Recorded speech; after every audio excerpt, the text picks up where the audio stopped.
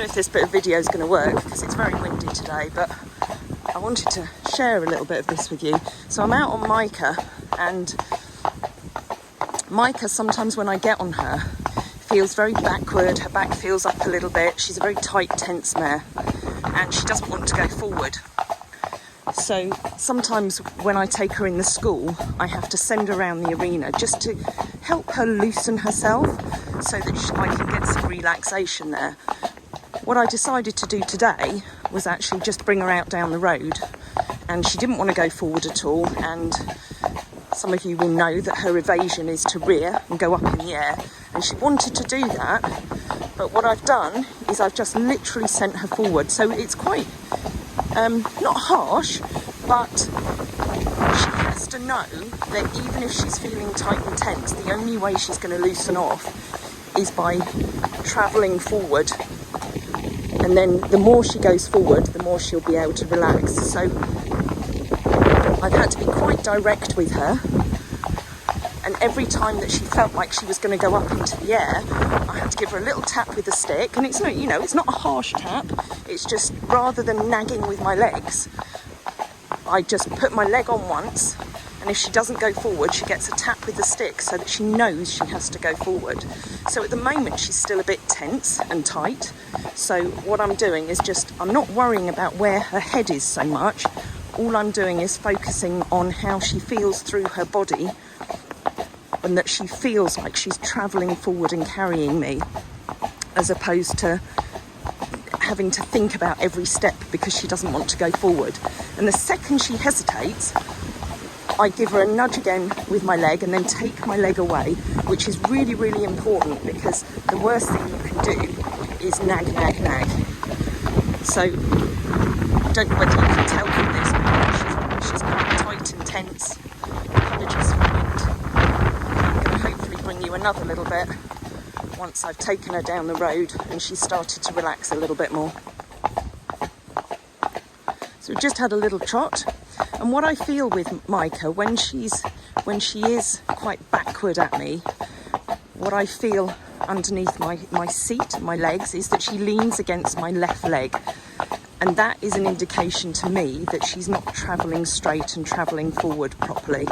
So what I do is, I'll see if I can get this on video, is I send her forward, and I just every now and again give her a little nudge off my left leg to ask her to come up straight underneath me and keep travelling forward. So at the moment, because I'm just doing this with one hand, she has got her head up a little higher than I would want it. So I'm just going to move it down a little bit. And I slightly move in the saddle as well, almost like I'm massaging through her spine.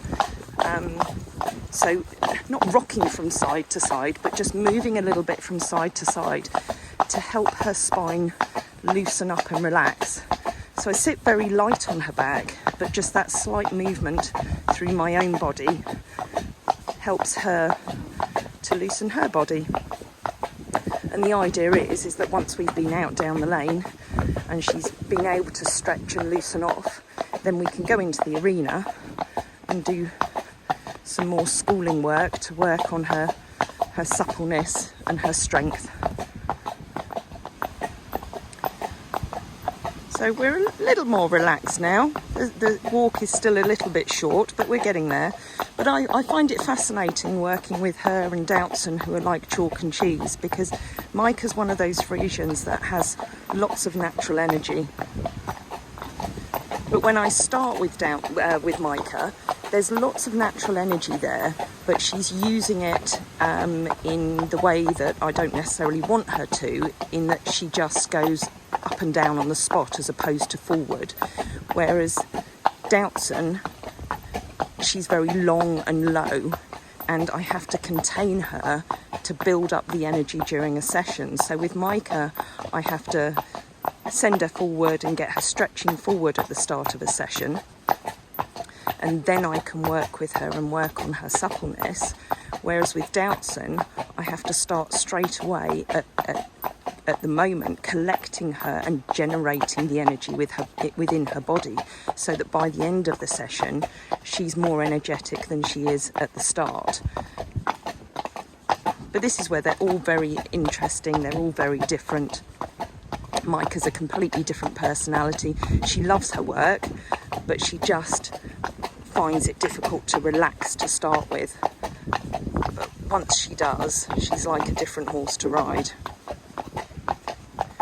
So the walk's beginning to get a little bit more relaxed. So I want energy in the walk, but I just wanted her to start taking longer strides rather than these sort of choppy, slightly jogging strides that she was taking when we first set out. And these creases in her neck, obviously I look for those to be nice and smooth so that she's relaxing down through her neck. There we go. So it's a little hard with one hand and filming at the same time. So I just move slightly myself. I move the bit in her mouth and encourage her to drop her head down and stretch, which is what we'll be doing more once we get in the arena, because she's a bit more relaxed through her body now than she was when we started. But if I hadn't tackled that issue, and I know from when I first backed her that if I allowed her to just not go forward when I need her to, then it becomes a problem, and then she would have ended up rearing and spinning more. So we've overcome that part of her training several years ago, but every time she gets to the next stage of her training, she still likes to use that as an evasion, because they often go back to the evasion that they know. Anyway, that's a little bit of my session, the start of my session with Micah today. So now we've got a nice, relaxed walk, ready to go into the arena and do some nice stretching and strengthening.